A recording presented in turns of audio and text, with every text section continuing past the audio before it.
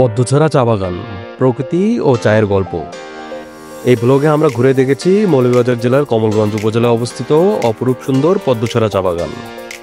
সিলেট অঞ্চলের পাহাড়ি প্রাকৃতিক সৌন্দর্য, সবুজে ঢাকা চা বাগান আর শান্ত পরিবেশ মিলে এটি হয়ে উঠেছে এক অসাধারণ পর্যটন গন্তব্য।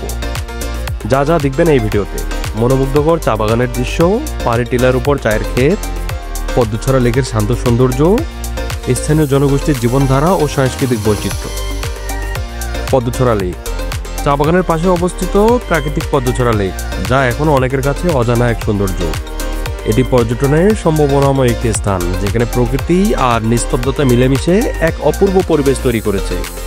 কেন যাবেন পদ্মছড়া চা বাগানে? প্রাকৃতিক সৌন্দর্য উপভোগ করতে, চা বাগানের জীবন ও সংস্কৃতি জানতে, ফটো বা ভিডিও তোলার জন্য দারুণ লোকেশন, শান্ত পরিবেশে সময় কাটাতে।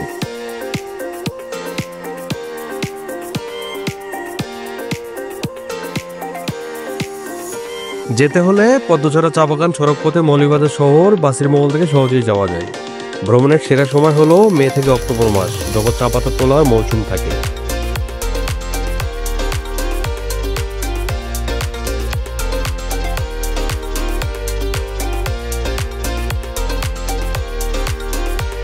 ভ্রমণপ্রিয় দর্শকরা, ভিডিওটা ভালো লাগলে লাইক, কমেন্ট ও চ্যানেলটি সাবস্ক্রাইব করতে ভুলবেন না।